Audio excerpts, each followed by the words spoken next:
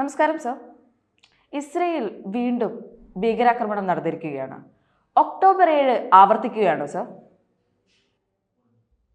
2023 October 7-നാണ് ഇസ്രയേലിലെ ഈ പറയുന്നത് പോലെ ഹമാസ് ആക്രമണം നടത്തുന്നത്.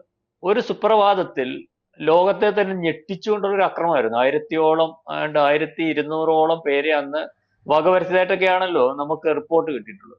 അതിനുശേഷം ദീർഘകാലമായിട്ടുള്ള യുദ്ധമായിരുന്നു. യുദ്ധത്തിന് അവസാനം ട്രംപ് വന്നതിന് ശേഷം വെടിനിർത്തൽ, ഈജിപ്തും അല്ലെങ്കിൽ ചില അറേബ്യൻ രാജ്യങ്ങളും ഒക്കെ ബന്ധപ്പെട്ടാണ് ഈ വെടിനിർത്തൽ കരാർ കൊണ്ടുവന്നത്. വെടിനിർത്തൽ കരാറിന്റെ ഭാഗമായിട്ട് ബന്ദികളെ വിട്ടുകൊടുക്കുന്നത്. അന്ന് ഈ ഒക്ടോബർ 7-ന് പിടിച്ചുകൊണ്ടുപോയ ബന്ദികളെ വെച്ച് വിലപേശുന്ന ഒരവസ്ഥയാണ് ഈ ഹമാസിന്റെ ഭാഗത്തു നിന്നുണ്ടായത്. ഹമാസിന്റെ ഭാഗത്തു നിന്ന് വളരെ പുറകോട്ട് പരിശോധിക്കുമ്പോഴും ബന്ദികളെ വെച്ച് വിലപേശുന്ന ഒരു രീതിയാണ് അവർക്കുണ്ടായിരുന്നത്.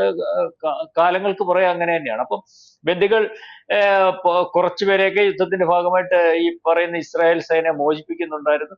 എന്നാൽ കുറച്ച് 100-നോടകത്തോ അതിന്റെ 120-ഓടോ അടുത്തോ ബന്ദികളെ ഇപ്പോഴും ഹമാസിന്റെ കസ്റ്റഡിയിലായിരുന്നു. അപ്പം ഈ ഇസ്രായേലിനെ സംബന്ധിച്ചിടത്തോളം അവർക്ക് അവരുടെ ഓരോ പൗരനും വളരെ വിലപ്പെട്ടതാണ്. അവരത് അത്ര വലിപ്പത്തിലുമാണ് കാണുന്നത്. അപ്പം അവരെ തിരിച്ചു കിട്ടണം. അവരെ തിരിച്ചു കിട്ടുന്നതിന് വേണ്ടി ഹമാസ് അല്ലെങ്കിൽ യുദ്ധം നിർത്താം, അത് ട്രംപിന്റെ മധ്യസ്ഥതയിലാണ് ചർച്ച നടന്ന യുദ്ധം നിർത്തി ബന്ദികളെ തിരിച്ചു കൊടുക്കുന്ന രീതിയാണ് നമ്മൾ കണ്ടുകൊണ്ടു പോകുന്നത്. അപ്പം 1, 2, ഇപ്പം 3-ാമത്തെ 4-ാമത്തെ പ്രാവശ്യമാണ് ബന്ദി കൈമാറ്റം നടക്കുന്നത്. അപ്പം ഈ പ്രാവശ്യം അവിടുത്തെ ഏറ്റവും പ്രധാനപ്പെട്ട ഒരു കുടുംബത്തിലെ അവരുടെ പേര് ഷെറി ബിവാസ് എന്ന 32 വയസ്സുള്ള. അപ്പം ഈ അന്ന് കടന്നു കയറിയപ്പോൾ ഈ ബോർഡറിലെ കൂട്ടമായിട്ടാണ് ഈ ആൾക്കാർ താമസിക്കുന്നത്. അവിടുത്തെ പല വീടുകളും ആക്രമിക്കുക, വീടുകളിൽ കയറിയിട്ട് 2 കുഞ്ഞുങ്ങളെയും അല്ലെങ്കിൽ ഈ സ്ത്രീയെയും അവരുടെ ഭർത്താവിനെയും പിന്നെ പ്രായമായ ഒരാളെയൊക്കെ പിടിച്ചുകൊണ്ട് പോകുന്നതായിട്ട് പോയത്. ആ കുഞ്ഞുങ്ങളെന്ന് പറഞ്ഞാൽ ഒരു കുഞ്ഞിനെ കൊണ്ടുപോകുന്ന സമയത്ത് 4 മാസം പ്രായം, ഒരു കുഞ്ഞിന് 9 വയസ്സേ ഉള്ളൂ. ഇവർക്ക് തന്നെ 32 വയസ്സുണ്ട്. അപ്പൊ അവരെ കൊന്ന് പെട്ടിയിലാക്കിയാണ് ഇന്നലെ കൊടുത്തത്. പെട്ടിയിലാക്കി കൊടുക്കുന്നു.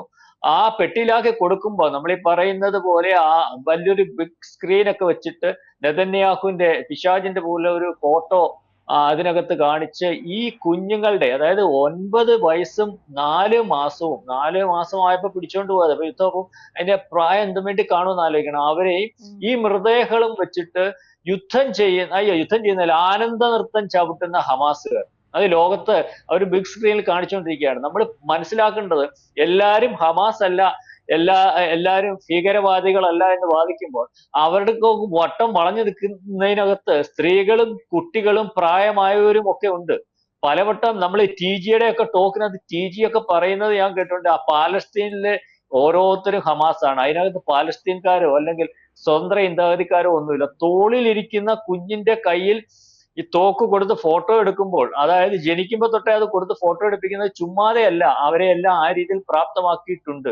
അവരുടെ പ്രശ്നം എന്ന് പറഞ്ഞാൽ നമ്മൾ ഈ പറഞ്ഞതുപോലെ നമ്മൾ പറഞ്ഞു വന്നത് മൃതദേഹത്തോട് അനാദരവ് കാണിക്കുന്നു. അതായത് ഈ മൃതദേഹം തിരിച്ചു കൊടുക്കുമ്പോൾ കൊന്ന് ഇത്രയും നാൾ അവർ വളരെ മൃഗീയമായിട്ട് വെച്ചിരുന്നതിനെ അവിടെ കൊണ്ടുവന്ന് പരസ്യമായിട്ട് ഞങ്ങൾ ചെയ്തത് ശരിയാണ്, ഇനി ഇത് ആവർത്തിക്കുമെന്ന് പറയുന്ന ഒരവസ്ഥ. അതും കുഞ്ഞുങ്ങൾക്ക് വേണ്ടിയാണല്ലോ ഈ ലോകത്ത് ഹമാസിന്റെ ഭാഗമായിട്ട് നിന്ന് എല്ലാവരും ബാധിക്കുന്നത്. അല്ലെങ്കിൽ അത്തരത്തിലാണല്ലോ പറയുന്നത്, കുഞ്ഞുങ്ങളെ കൊല്ലുന്നു, ഇസ്രായേൽ കുഞ്ഞുങ്ങളെ കൊല്ലുന്നു. ഇസ്രായേൽ കുഞ്ഞുങ്ങളെ കൊല്ലുന്നു എന്ന് പറഞ്ഞാൽ നമ്മള് ഇത്രയും കാലം പരിശോധിക്കുമ്പോൾ ഇസ്രായേലിന്റെ ഭാഗത്ത് നിന്ന് ഒരിക്കലും അങ്ങോട്ട് കയറി അവരെ ആക്രമിക്കാതെ ഒരു അക്രമം ഉണ്ടായിട്ടില്ല. ഈ ഒക്ടോബർ 7 ഇതുവരെ ഉള്ള യുദ്ധം മൊത്തം പരിശോധിക്കണം. ആ രാജ്യത്തിന്റെ നിലനിൽപ്പിന് വേണ്ടി അത് ഉണ്ടാക്കിയ 47-48 സമയം തൊട്ട് യുദ്ധം ചെയ്താണ് ഇപ്പോഴും നിൽക്കുന്നത്. എന്നും യുദ്ധം ചെയ്താണ് നിൽക്കുന്നത്.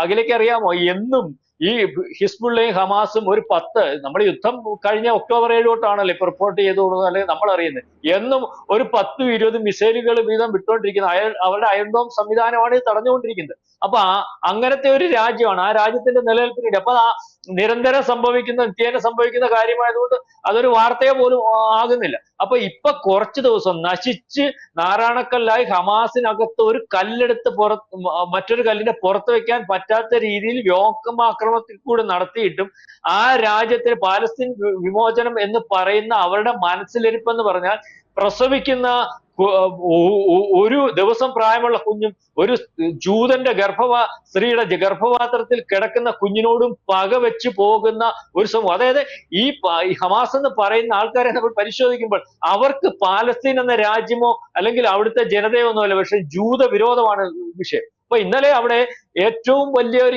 ഇതെന്ന് കാണാൻ സാധിച്ചത് അവരുടെ ദുഃഖാചരണമായിരുന്നു. കാരണം ഈ മൃതശരീരങ്ങൾ കൊണ്ടുവന്നപ്പോൾ ആ കുഞ്ഞുങ്ങളുടെ അവർക്ക് സഹിക്കാൻ പറ്റുന്ന ഒരവസ്ഥയല്ല. ഒരാൾ മരിച്ചാൽ അവർക്ക് സഹിക്കാൻ പറ്റുന്ന അവസ്ഥ. 32 വയസ്സുകാരിയുടെ അവരും അവരുടെ 2 കുഞ്ഞുങ്ങളെയും പെട്ടിയിലാക്കി കൊണ്ടുവന്നിട്ട് അവിടെ നിന്ന് നൃത്തം ചെയ്യുകയും അല്ലെങ്കിൽ അത്തരത്തിൽ കാണിക്കുകയോ ഒക്കെ ചെയ്തപ്പോൾ ആ സമയത്ത് ഈ പറയുന്ന ഇസ്രായേലിലെ ജനങ്ങൾ മൊത്തം ദുഃഖാചരണം. അതിനകത്ത് 81 വയസ്സുകാരൻ ഒരാളുടെ ഉണ്ട്. ഇതിനകത്ത് വ്യത്യസ്തമായിട്ടുള്ള കാര്യം എന്ന് പറഞ്ഞാൽ ഇന്നലെ അത് പരിശോധിച്ചപ്പോൾ ആ സ്ത്രീയുടെ മൃതദേഹം അവരുടെ അല്ല. ഈ 2 കുഞ്ഞുങ്ങളെയും വളരെ കൂടുതലായിട്ട് ടോർച്ചർ ചെയ്തിട്ടുണ്ട്. അല്ലെങ്കിൽ ക്രൂരമായിട്ടാണ് ഈ 9 മാസം പ്രായമുള്ള കുഞ്ഞിനെ 9 വയസ്സുള്ള കുഞ്ഞിനെ ഒക്കെ ചെയ്തിരിക്കുന്നത്. അപ്പൊ എത്ര മൃഗീയമാണ് ഇവരുടെ മനസ്സ്, എത്ര മോശമാണ്. അതുപോലെ ഇന്നലെ അവിടെ ഭീകരാക്രമണം വീണ്ടും നടന്നിട്ടുണ്ട്. ഇസ്രായേൽ വീണ്ടും ഭീകരാക്രമണം നടന്നിട്ടുണ്ട്. വെടിനിർത്തൽ കരാർ അല്ലെങ്കിൽ ഇത്തരത്തിൽ വളരെ പ്രയാസപ്പെട്ട് ട്രംപ് ഇടപെട്ട് ലോകരാജ്യങ്ങൾ ഇടപെട്ട് ഈ ലോക മനുഷ്യാവകാശ സംഘടനകളൊക്കെ കരഞ്ഞ് കൂവി അവിടുത്തെ കുഞ്ഞുങ്ങൾ മരിക്കുന്നു, സ്ത്രീകൾ മരിക്കുന്നു, അവിടെ മനുഷ്യരാണ് ജീവിക്കുന്നത്. ഈ ഇത്തരത്തിൽ ഇവരെ കാണിച്ചതിന് പുറത്ത് വെടിനിർത്തൽ കരാർ ഉണ്ടാവണം എന്നൊക്കെ പറഞ്ഞ് വെടിനിർത്തിയതിനു ശേഷം ഇന്നലെ അവിടെ സ്ഫോടനം ഉണ്ടായിട്ടുണ്ട്, അല്ലെങ്കിൽ ഭീകരമാക്രമണമാണെന്ന് റിപ്പോർട്ട് ചെയ്തിട്ടുണ്ട്. ഇന്നലെ ഏതാണ്ട് 3 നിർത്തിയിട്ടിരുന്ന ബസ്സുകൾ പൊട്ടിത്തെറിച്ചു. വേറെ 2 ബസ്സുകൾക്കകത്തു നിന്ന് ബോംബുകൾ നിർവീര്യമാക്കി. അതായത് ഇതൊരിക്കലും നിർത്താൻ സാധ്യതയില്ല. നമ്മൾ ഈ പറയുമ്പോൾ ഒക്ടോബർ 7-ന് ഈ പാലസ്തീനിൽ നടന്ന അക്രമത്തിന്റെ മുമ്പെയുള്ള കാര്യം പരിശോധിക്കുമ്പോൾ ഹമാസിൽ നിന്ന് തൊഴിൽ തേടി വരുന്ന ആൾക്കാരെ പ്രത്യേക വിസ അനുവദിച്ച് ഈ പറയുന്ന ഇസ്രായേൽ തൊഴിൽ കൊടുത്ത് ആ തൊഴിൽ കൊടുത്തിട്ട് ഇസ്രായേൽ വന്ന് തൊഴിൽ ചെയ്താലുള്ള ഗുണമെന്ന് പറഞ്ഞാൽ വളരെ കൂടുതൽ പൈസ കിട്ടും പാലസ്തീന്. അപ്പം ആ ആൾക്കാരെ ഉദ്ധരിക്കാൻ വേണ്ടി അവർ താൽക്കാലിക വിസ സംവിധാനത്തിൽ കൂടി അവിടെ കയറ്റി ജോലി കൊടുത്തവർ അവിടുത്തെ ഡീറ്റെയിൽസ് എടുത്തുകൊണ്ട് പോയി കൊടുത്താണ് അവിടെ ഭീകരാക്രമണം നടത്തിയത്. അപ്പൊ യാതൊരു രീതിയിൽ എങ്ങനെ കെയർ ചെയ്താലും യാതൊരു മനുഷ്യത്വപരമായ സമീപനം അവരുടെ ഭാഗത്തു നിന്നില്ല. അവരുടെ ഉദ്ദേശം എന്ന് പറഞ്ഞാൽ ജൂത ഇല്ലായ്മ. അതായത് അവർ ഈ കാണിക്കുന്ന ഭീകരന്മാരുടെ മനസ്സിലിരിക്കുന്ന ഒരു കാര്യം പറഞ്ഞ താൽക്കാലിക സംവിധാനത്തിൽ ഭൂമിയിൽ വന്ന് നമ്മൾ ജീവിക്കുന്നു, അള്ളാഹുവിന് വേണ്ടി പണി ചെയ്യേണ്ടതെന്ന് പറഞ്ഞാൽ അള്ളാഹുവിന് എതിരായിട്ട് നിൽക്കുന്ന ആൾക്കാരെ, അപ്പൊ എല്ലാ മുസ്ലിങ്ങളുടെ അല്ലെങ്കിൽ കാര്യമല്ല പറഞ്ഞു, ഇത്തരത്തിൽ വിശ്വസിക്കുന്ന അള്ളാഹുവിന്റെ വേറൊരു വലിയ ലോകമുണ്ട്. ആ ലോകത്ത് ചേരണമെങ്കിൽ അള്ളാഹുവിനെതിരായി നിൽക്കുന്ന അല്ലെങ്കിൽ മുസ്ലിങ്ങൾ അല്ലാത്തവരെ മൊത്തം കൊന്നതിന് ശേഷം അവിടെ ചെന്നാൽ സ്വർഗം കിട്ടും, വളരെ വലിയൊരു ജീവിതം നയിക്കാം. അതിനകത്ത് ആദ്യം കൊല്ലേണ്ടത് ജൂതനെയാണെന്നാണ് പറയുന്നത്. അത് ഈ പുരാണത്തിൽ ഉണ്ടെന്ന് അല്ലെങ്കിൽ ഖുറാനകത്ത് ഉണ്ടെന്ന് പറയുന്നു, അല്ലെങ്കിൽ അത്തരത്തിൽ ഖുറാനകത്ത് ഏതെങ്കിലും ഒരു വാചകം അത്തരത്തിൽ അവർ വ്യാഖ്യാനിച്ചു വെച്ചിരിക്കുന്നു. അപ്പൊ ഞാൻ ഈ പറഞ്ഞത് ഈ ബന്ദി കൈമാറ്റം കൊണ്ടോ ട്രംപിന്റെ ഇടപെടൽ കൊണ്ടോ ഒന്നും തീരുന്ന ഒരവസ്ഥയല്ല.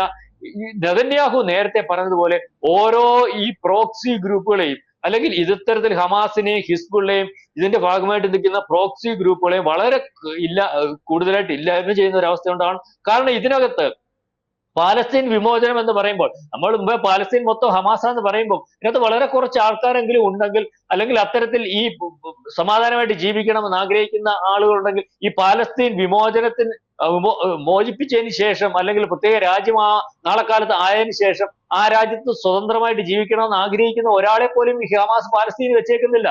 നമ്മൾ പല പഠനങ്ങളും പഠിക്കുമ്പോൾ പഠന റിപ്പോർട്ടുകളും കിട്ടുമ്പോൾ പാലസ്തീനിലെ സാധാരണയായിട്ട് ജീവിക്കുന്ന ആൾക്കാരെ നിരന്തരം ഉപദ്രവിച്ചു കൊണ്ടുപോകുന്ന ഒരവസ്ഥയുണ്ട്, അല്ലെങ്കിൽ അവരെ പിടിച്ചുകൊണ്ടുപോയി ഇല്ലായ്മ ചെയ്യുന്ന ഒരവസ്ഥയുണ്ട്.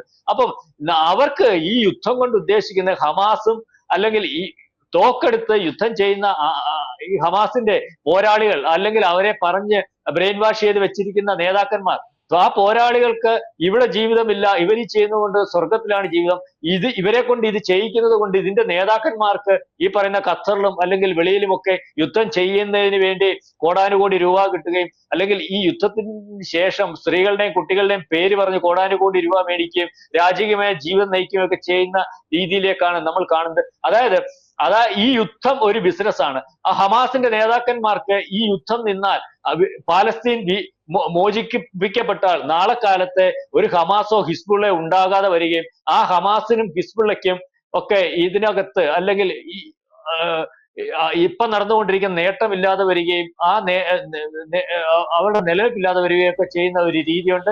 അതുകൊണ്ട് തന്നെ യുദ്ധം അവസാനിക്കും അല്ലെങ്കിൽ അവസാനിപ്പിക്കാൻ വേണ്ടി ഈ ഭീകര സംഘടനകൾ ഒരിക്കലും തയ്യാറാകും എന്ന് നമ്മൾ വിചാരിക്കേണ്ട. ഏതായാലും പശ്ചിമേഷ്യയിൽ വീണ്ടും യുദ്ധത്തിനുള്ള സാധ്യതയാണ് കാണുന്നത്. കാരണം ഹമാസിന്റെ ഭാഗത്തു നിന്ന് യാതൊരു രീതിയിലും അല്ലെങ്കിൽ ഭീകര സംഘടനകളുടെ ഭാഗത്തു നിന്ന് യാതൊരു രീതിയിലും സമാധാനപരമായിട്ടും സന്തോഷപരമായിട്ടും പോകാൻ ഉള്ള ഒരു സാഹചര്യം അവർ ഉരുത്തിരിക്കത്തില്ല. കാരണം യുദ്ധം മാറി സമാധാനമുണ്ടായാൽ ഈ ഹമാസുകാരനോ ഹിസ്ബുള്ളക്കാരനോ ഈ പ്രോക്സി ഗ്രൂപ്പുകൾക്കോ അവർക്ക് ഉള്ള വരുമാനവും അവർക്ക് ഉള്ള ഇതുവരെയുള്ള അവരുടെ ഉദ്ദേശങ്ങൾ നടക്കാതെ വരും. അതിനുള്ള സാധ്യതയാണ് വളരെ കൂടുതലായിട്ട് കാണുന്നത്. ഇസ്രായേൽ വീണ്ടും യുദ്ധത്തിലേക്ക് തന്നെ പോകുന്ന ഒരവസ്ഥയാണ് നമുക്ക് ഇപ്പോൾ പരിശോധിക്കുമ്പോൾ മനസ്സിലാവുന്നത്. Thank you sir. കൂടുതൽ വാർത്തകളും വിശേഷങ്ങളും നിങ്ങളിലേക്ക് എത്താൻ ABC മലയാളം സബ്സ്ക്രൈബ് ചെയ്യുക, ബെൽ ബട്ടണും അമർത്തുക.